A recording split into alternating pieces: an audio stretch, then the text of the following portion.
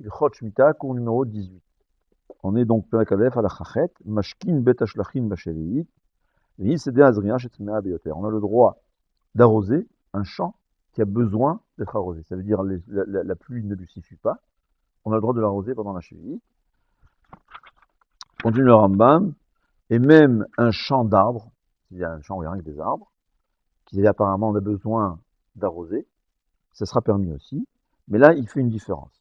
S'ils sont très espacés, au fait, la quantité, c'est 10 arbres pour BCA. BCA, c'est, si je me souviens bien, 50 amas sur 50 amas. Ça veut dire 25 mètres sur 25 mètres environ. Ouais. S'il y a là-bas moins de 10 arbres, eh ben, il faudra arroser arbre par arbre. Mais dès que c'est plus dense, donc 10 arbres dans un 25 mètres sur 25 mètres, 50 amas sur 50 amas, on peut arroser la totalité du champ. Voilà, c'est ce qu'il dit le Rambam, je n'ai pas lu les mots, mais en tout cas c'est ce qu'il explique.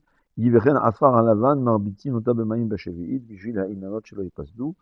y a même un endroit qui n'a pas besoin d'être arrosé, mais il y avait apparemment du sable qui abîmait les arbres, on a le droit de mettre un peu d'eau, d'arroser un peu, pour empêcher le sable, la poussière de s'élever et d'abîmer les arbres. C'est quoi?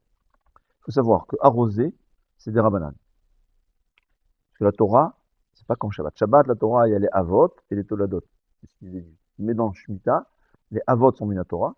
Tout ce qui ressemble, bien que arroser, ça ressemble à semer ou ça ressemble à labourer, c'est un kassoum des rabbanan. C'est la raison pour laquelle c'est permis dans le cas où c'est bimkom hefsed, si ça va s'abîmer. C'est la raison pour laquelle on a le droit d'arroser en cas où ça va s'abîmer, si on n'arrose pas, que ça va s'abîmer, que la plante s'abîme, le Chazon Ish dit, ou bien la majorité des fruits vont être abîmés.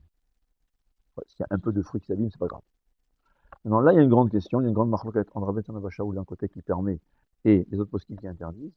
Est-ce que je vais devoir calculer, mettre, on va dire, un minimum d'eau, juste pour que la plante ne s'abîme pas? Ou bien, puisque c'est une plante qui a besoin d'eau, je ne vais pas me mettre à calculer. Dès que je mets en marche la machine, je peux laisser arroser tant que je veux, il n'y a aucun problème. De même, il y a une autre marloquette. Qu'est-ce qui se passe? J'ai un jardin avec plusieurs sortes de plantes. Il y a des plantes qui ont besoin beaucoup d'eau, et des plantes qui ont besoin peu d'eau. Comment on fait? Dans mon jardin, on est là, c'est comme ça, j'ai de la menthe, il faut beaucoup arroser. La menthe, c'est parti. Alors, est-ce que j'ai le droit maintenant d'allumer? C'est-à-dire, moi, en vérité, j'ai préparé, c'est programmé avant la Shemitah, c'est pas un problème. Mais est-ce que j'ai le droit maintenant de jouer arroser? Je vais ouvrir le robinet, parce que la menthe, elle a besoin d'eau, mais entre-temps, je vais gagner que les autres plantes vont avoir plus que d'eau nécessaire. Alors là, c'est une marloquette, la même chose. Dans le cas où, on va dire, il y a deux cas extrêmes, il y a trois cas de figure. Dans le cas où la grande majorité des plantes ont besoin d'un arrosage élevé, on va mettre beaucoup d'eau, même s'il y a peu de plantes qui vont gagner, pas seulement, il faut se dire, il y a des plantes qui ont besoin d'être arrosées pour ne pas mourir, il y a des plantes que l'arrosage, ce qu'il va faire, ça va les améliorer. Alors, ce qui est permis, c'est seulement ce qui va éviter d'avoir des plantes, mais d'autres plantes que ça va améliorer, ça serait un sourd. Alors, si la grande majorité, c'est des plantes qui ont besoin, s'il y a une ou deux plantes ou trois comme ça éparpillées, c'est pas grave. Dans le cas inverse, où la grande majorité n'ont pas besoin, il y a juste une plante, ça sera permis. Ça sera interdit, je m'excuse. Dans le cas où c'est comme ci, comme ça, c'est aussi des discussions, c'est des marloquettes. La conclusion, c'est de demander à un rave, c'est quelque chose à calculer, à voir sur place. De même, il y a une autre question. Si j'arrose ce champ, et je sais que après ce champ, enfin ce jardin, il y aura de l'eau qui va s'écouler de ce jardin à un autre jardin qui, lui, n'a pas besoin de cette eau. Là aussi, ça, c'est des marloquettes. Comment trancher? Il faut demander à quelqu'un qui est vraiment compétent, mais savoir au moins qu'il y a des questions à vérifier. Donc, on récapitule. On a le droit d'arroser si ça va pour faire vivre la plante, même une pelouse. Ouais, ça commence à jaunir, j'ai le droit d'arroser. Mais dans le cas où il y a un mélange d'arbres, on va aller d'après la majorité. Dans le cas où c'est un moitié-moitié, demander à un rave. Et de toutes les façons, il faut savoir que c'est toujours mieux de préparer avant la Shemitah. Parce que Rav Elyashiv dit, puisqu'il y a une possibilité, tu prépares ton programme avant la Shemitah. C'est vrai qu'il y a qui ne sont pas d'accord avec Rav Elyashiv aussi, il faut savoir.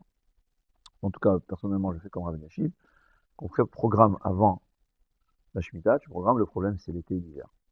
Le problème c'est qu'il y a des fois des canicules où on voit les plantes s'abîmer. Alors là aussi, si je sais que le lendemain, l'eau, c'est-à-dire je vois qu'aujourd'hui la plante elle est en train de flétrir, mais je sais que demain ça va revivre, alors j'ai pas le droit d'arroser pour aujourd'hui.